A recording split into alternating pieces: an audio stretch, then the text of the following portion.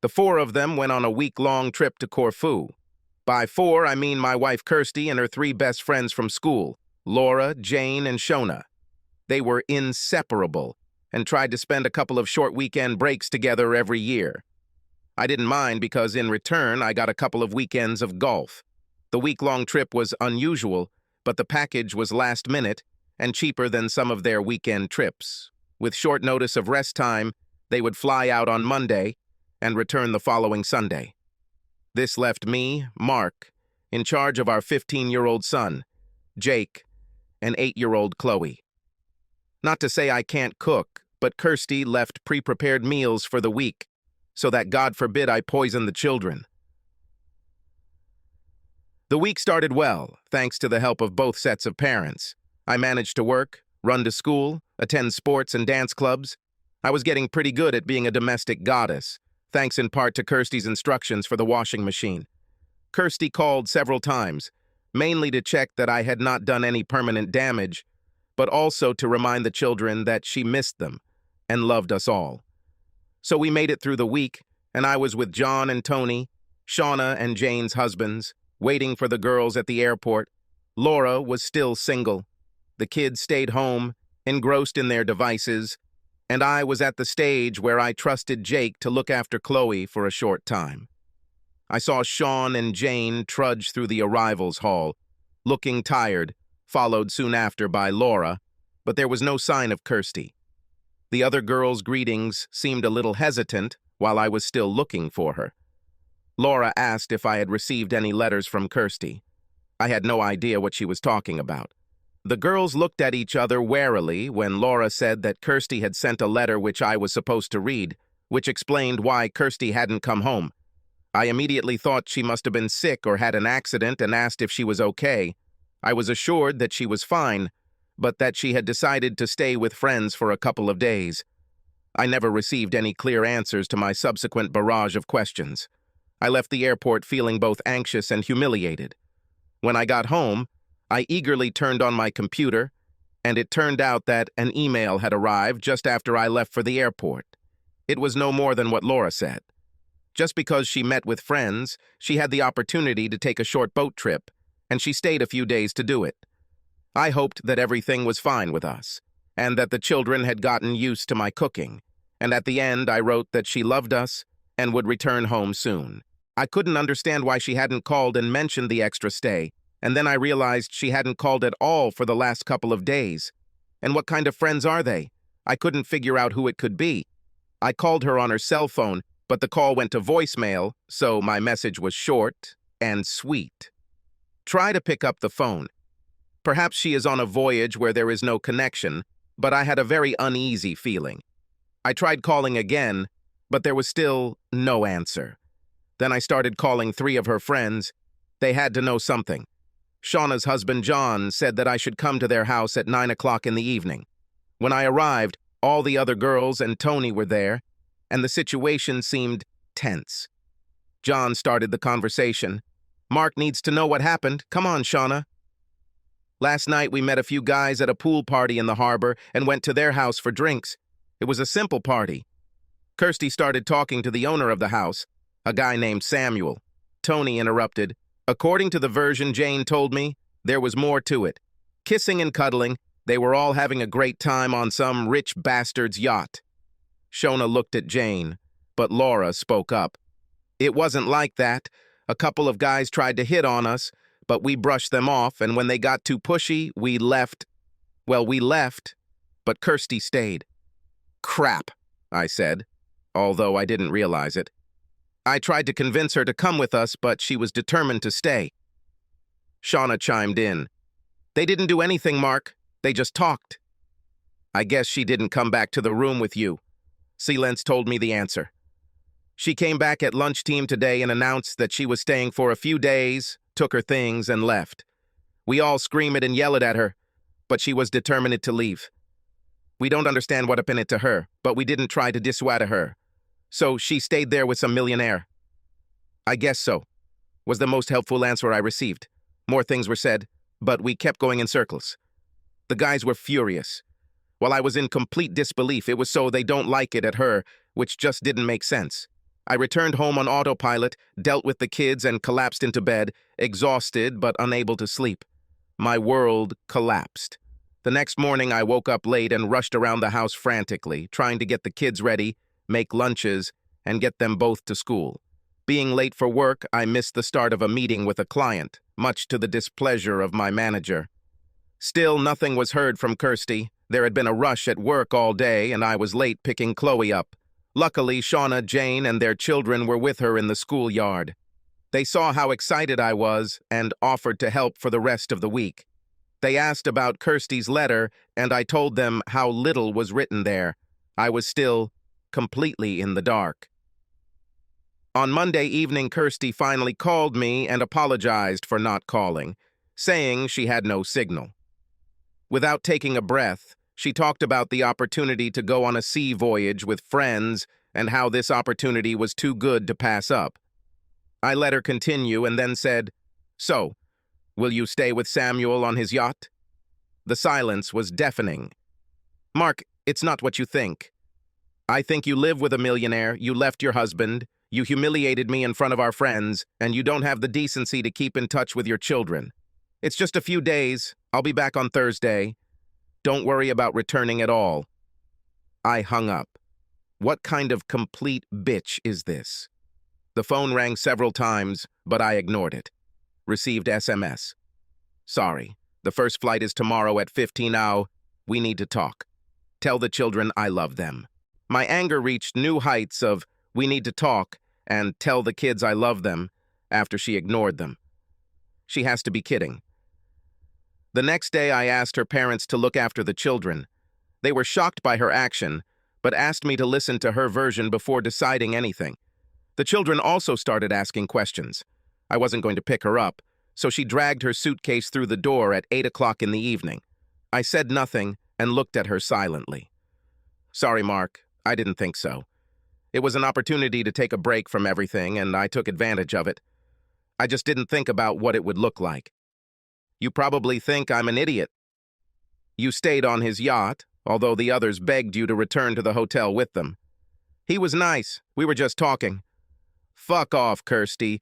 You don't abandon your family for a simple conversation with someone nice.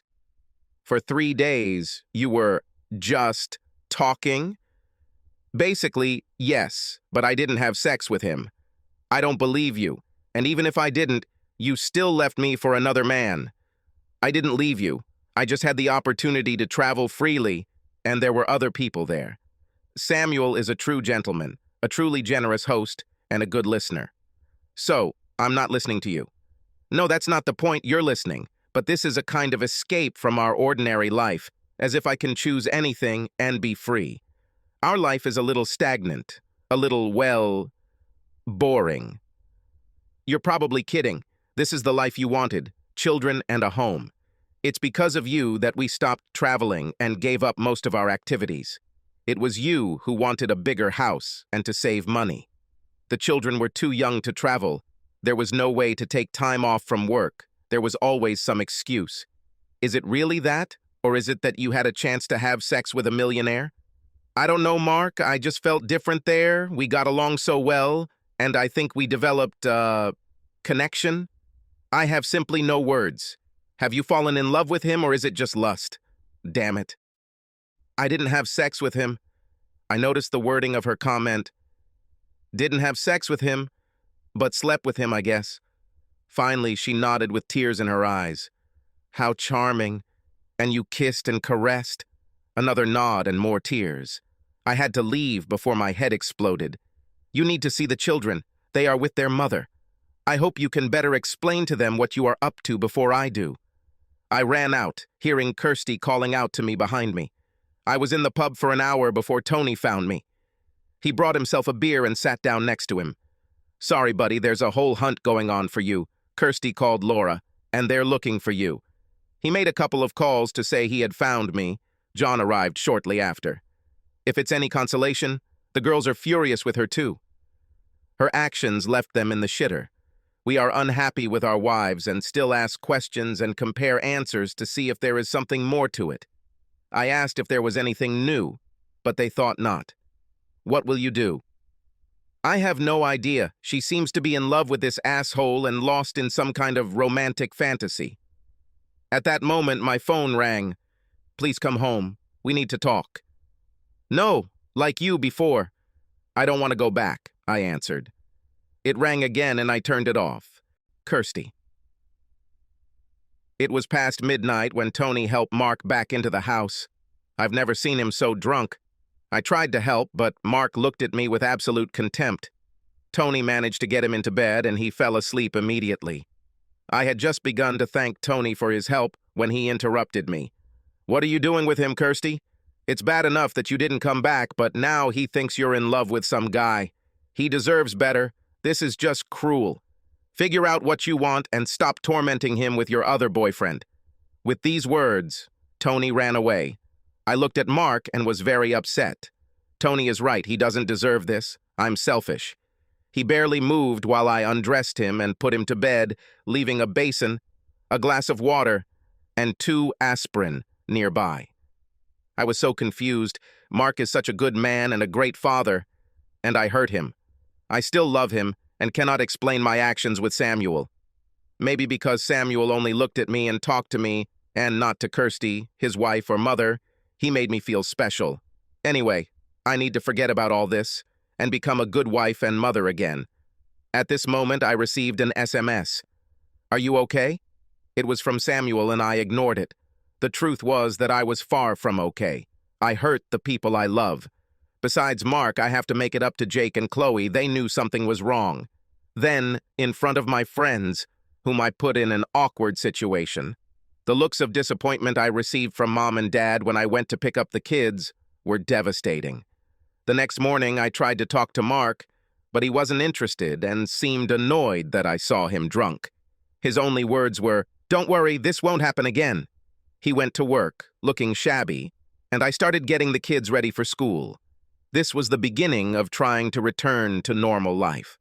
Over the next few days, I kept getting more text messages from Samuel, worrying me and asking if I was okay. I resisted the urge to answer them. Days passed, and I still couldn't get through to Mark. We talked only about business, and for the sake of the children, we tried to maintain a pleasant facade, but everything was terrible. I started to cry again when the phone rang. I answered without looking. It was Samuel.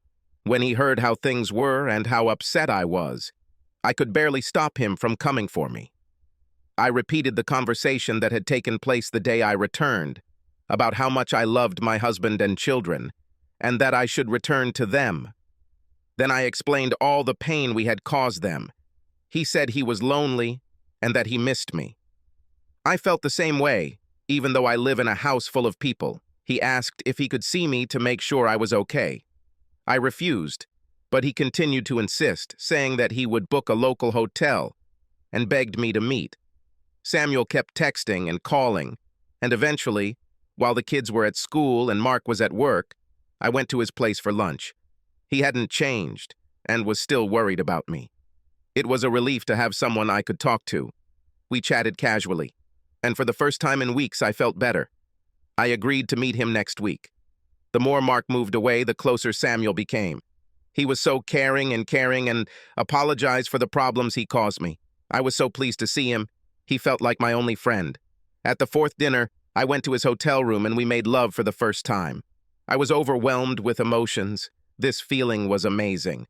Not that Samuel was better than Mark, but it was new and exciting. Plus, I hadn't had sex since I went on vacation, which made the sensation even worse. Samuel was delighted and called it an honor to be with me. After that, we hugged and made love again, but not like with Mark. I felt free and could open up. She returned home late and found Mark sleeping on a blanket in Chloe's room. They both fell asleep as he read her a bedtime story. I felt absolutely terrible. I carefully woke him up and put him in my bed, but he quickly fell asleep again. I crawled under the covers next to him and cried until I fell asleep. I wanted to take care of Mark so much, but I thought I was falling in love with Samuel.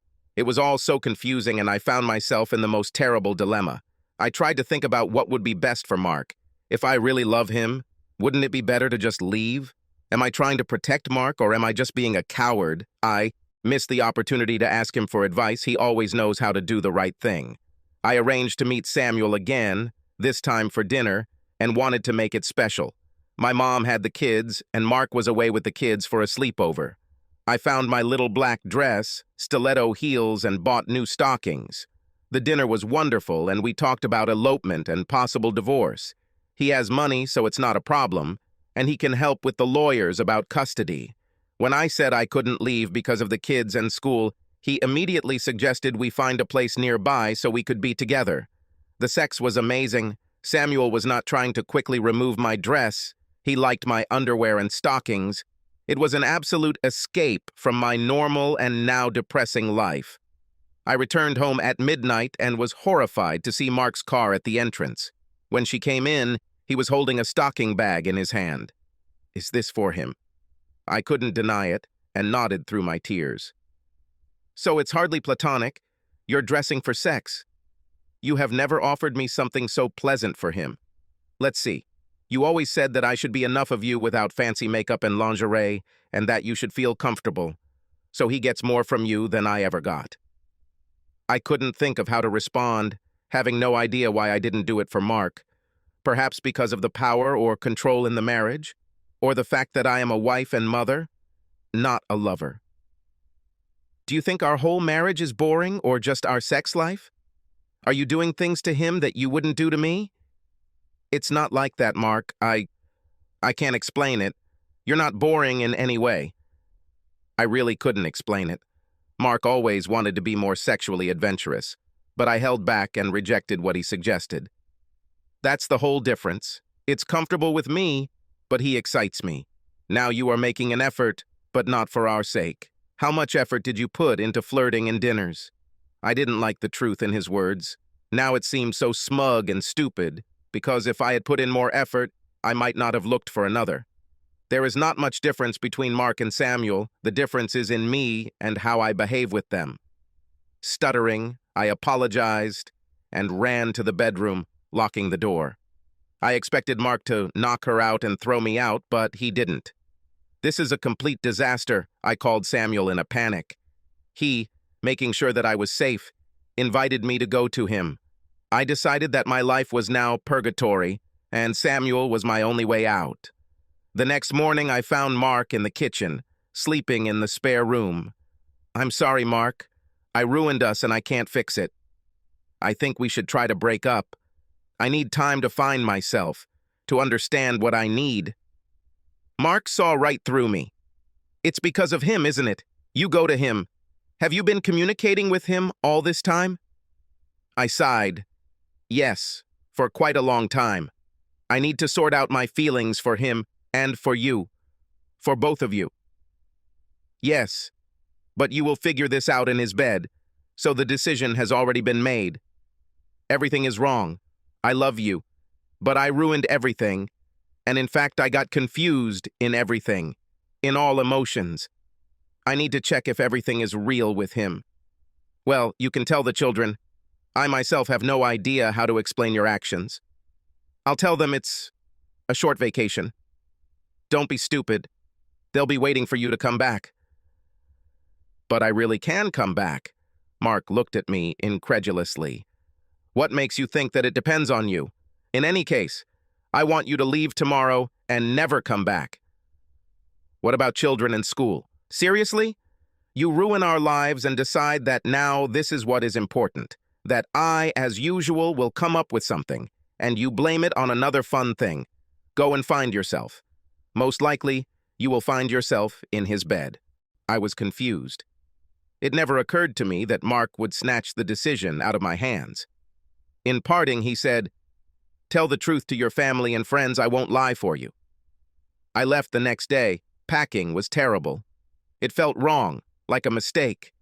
But I had burned my bridges with Mark, and Samuel was so excited that I was coming to him. I looked around the house one last time. Mark is right. His idea was mine, and I love this house. But even if I get it back in the divorce, I ruined our happy home. I told the children that this was a trial separation, but it did not cause shock. They knew that something had happened. It was much more difficult to tell Mom and Dad. Mom just cried and asked me not to do it, but Dad could barely look at me, shaking his head. I went to Samuel's hotel. Usually, being with him made me feel better, but not this time. We stayed there for a couple of days before he asked me to leave. We returned to his yacht in Corfu for a couple of weeks. The sex was great, but I missed the kids and home. I didn't sleep well, and of course, felt guilty. I often wondered what Mark does and how he copes with everything. We made plans for my divorce. Samuel dealt with lawyers who contacted Mark, and we found a luxury apartment near the school that we could rent until the divorce and the house were resolved. I tried to call my friends, but they were not interested. Jane and Shona were still on shaky ground with their husbands and had no interest in getting to know Samuel or communicating. Shona summed it up. "We will support Mark and the children, and if you are not in the group for a while, it will be better." I was furious. They are my lifelong friends, not Mark's. Laura, my best friend, was even worse. She couldn't come to terms with the fact that I left a man like Mark. I was very angry.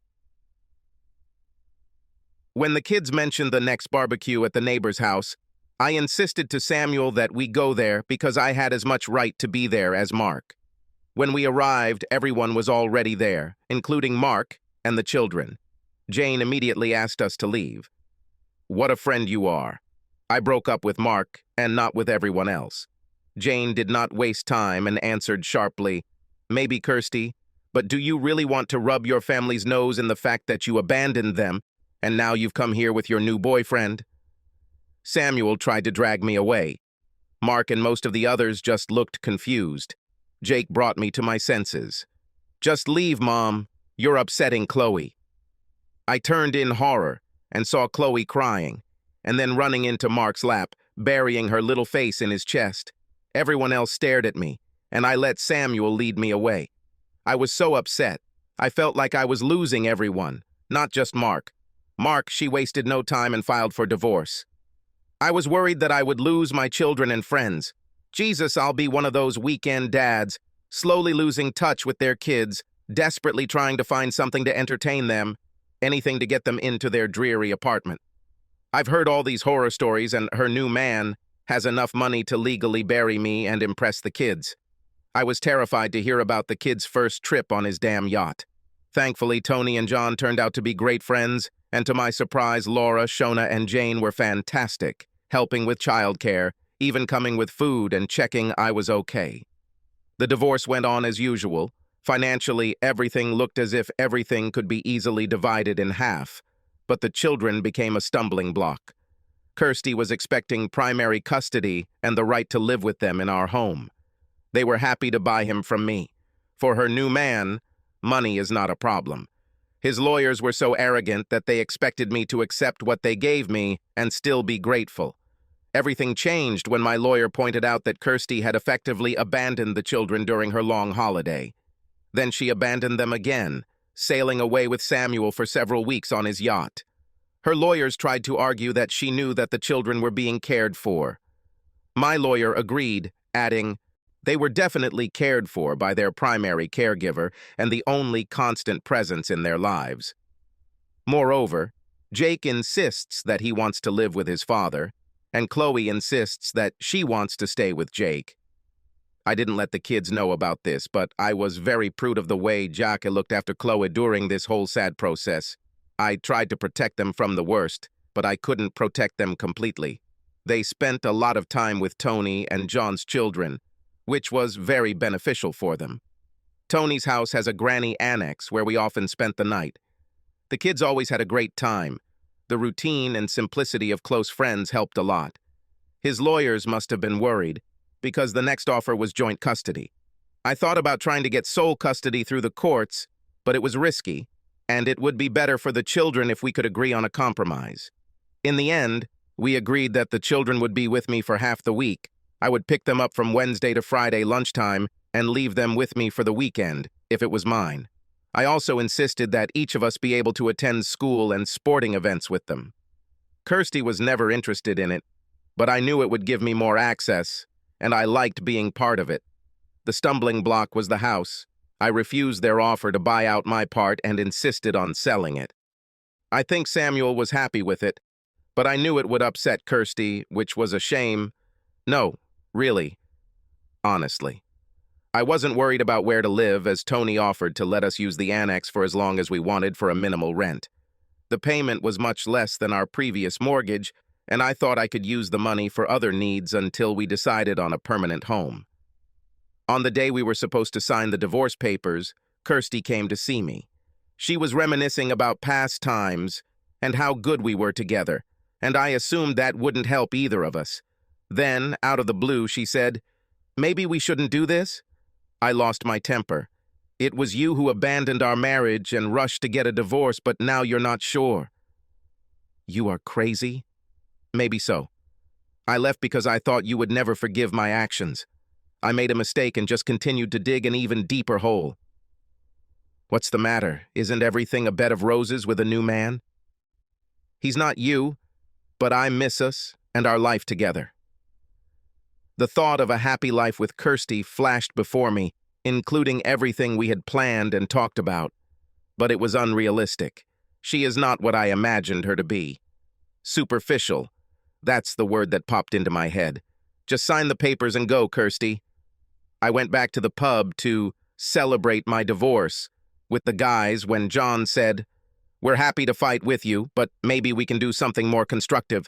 What do you want out of life? You know, from a broader perspective. The meaning of life and all that." For John, it was very profound.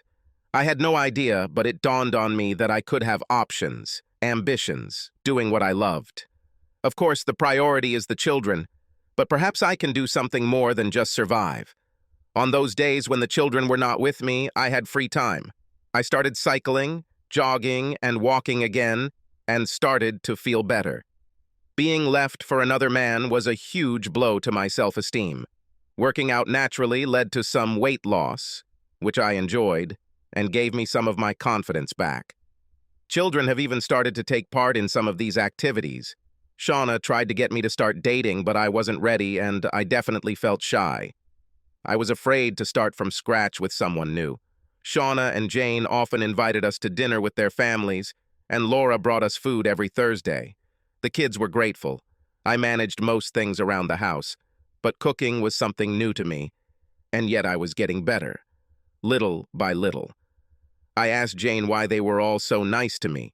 After all, they were Kirsty's friends, not mine. She laughed. "The great thing about you, Mark, is that you have no idea how much people like you.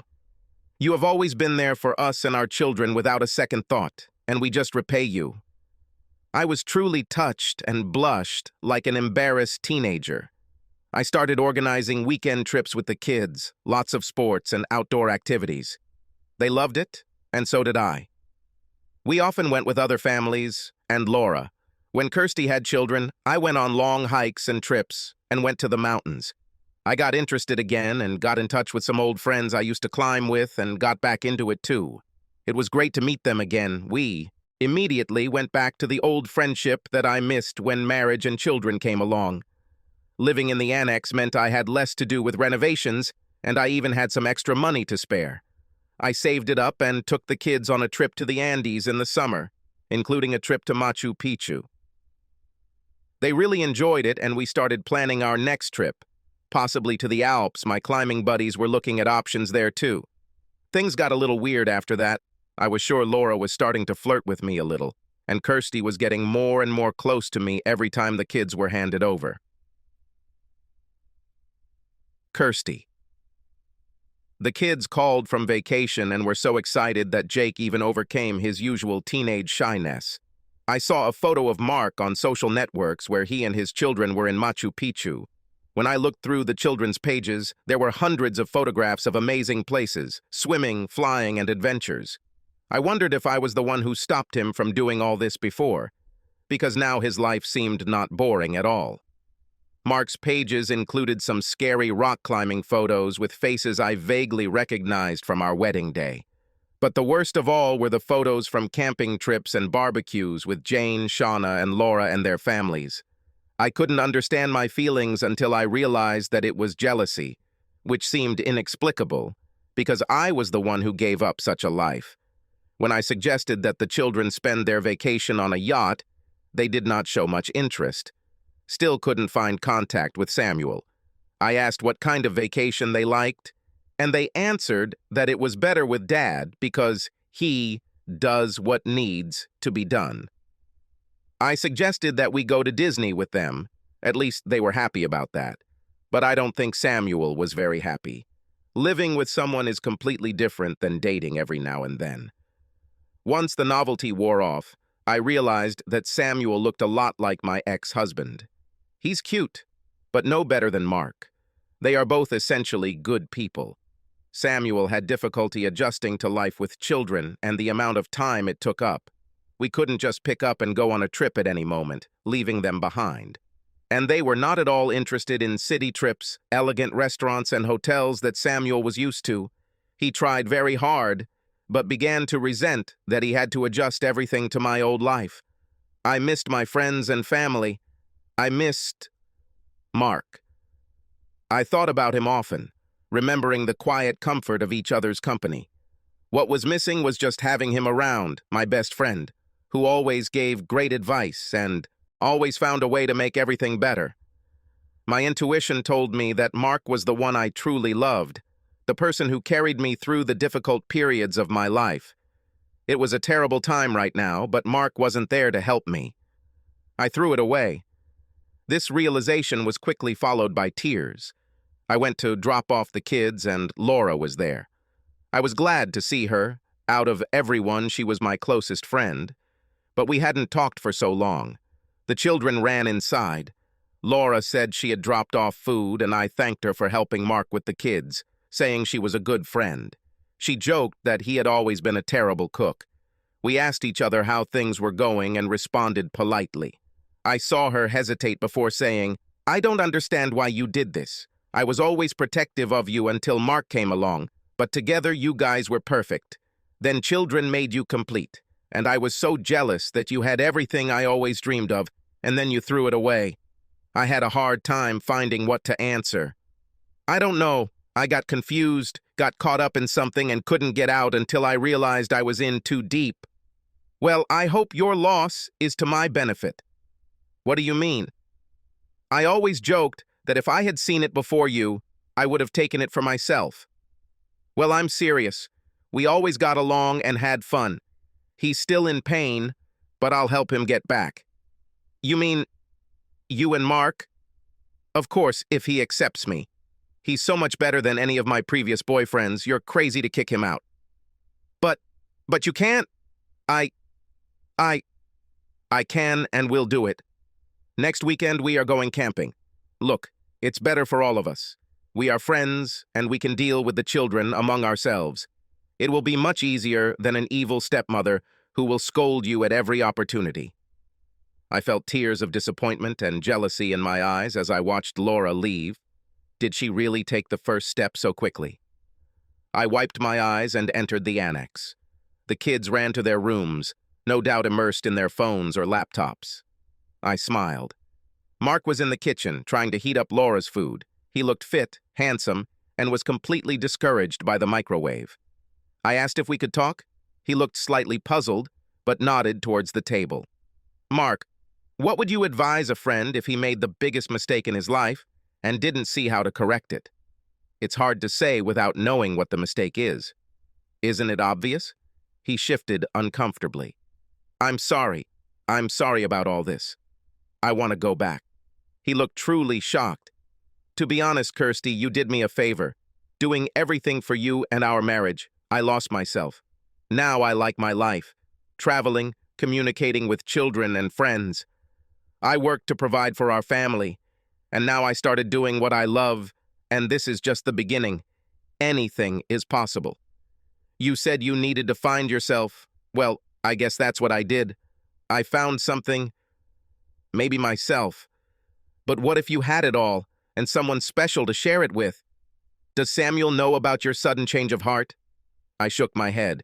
"So you're still hedging your bets." "I thought I was too boring for you. Has the excitement gone with him?" "I never said that, and now you're making fun of it. If there's one thing I regret, it's holding you back and not giving you everything. That passion for life that you have shines through. I'll beg you if it helps." Mark took a deep breath. "No, it won't help. The consequences for the children and for me are too strong. I realized that I don't know you, and I can never trust you again. For the sake of children, we can be polite, but no more. I tried to leave before the tears turned into a stream. Despite all my efforts, I was upset again when I returned to the apartment. Samuel saw how upset I was and asked what happened. All I could say through my tears was, "Mark." If I expected consolation, I was sorely mistaken. Samuel looked through me. "You still love him, don't you?" I couldn't think of what to answer, barely holding back tears. Samuel took his coat off the hanger and quietly left. He returned a few days later, but only to pick up his things. He never returned, and I never tried to contact him. Before I had a chance to try to contact Mark again, it became clear that he and Laura were a couple. Every time I dropped the kids off, she was there, and I have never seen her happier. Mark looked at her the same way he used to look at me. He and the kids revolved around her. I couldn't even hate her. She's a wonderful person, and they made a great couple. I tried my best to be happy for them, but again, I fell into despair. It seemed to me that Laura was stealing my life. The apartment lease expired, and I moved back to my mother, if we talk about life in the past. Meanwhile, my ex-husband was living the life I dreamed of with my best friend, and I watched it all from the front row. I am alone in this world and feel completely lost. That girl's night out, the decision to go on a date, being talked into going to a party, the extra drink, the conversation with Samuel. Any of 100 small decisions could have prevented all of this. I can blame 1,000,000 decisions, but each of them was my own. I am to blame for everything. Mark. So, betrayed by my wife and expecting the worst, in the end, everything turned out just fine for me. Why did this not become the disaster that is written about in the literature? It was my good friends and family who supported me that made the difference. I was amazed at how well the children handled the situation. I hope we instilled good values in them that will help them get through life's ups and downs. I was lucky to have Laura, but she insists otherwise, describing us as the crown of her fairy tale. I also found something in myself, a quiet strength, to remember who I was, and it wasn't dependent on another person's opinions or actions. I also managed not to hate Kirsty, at least not for long. Of course, I didn't like her for a while, but even if that feeling passed, revenge would ultimately hurt me or the children. Laura is sure that I received the ultimate revenge, a life well lived. Subscribe to our channel so that your second chaff doesn't cheat on you, and go ahead and listen to the next story, because this story is nothing compared to the next one. If you're under 18, don't even think about listening to the next one.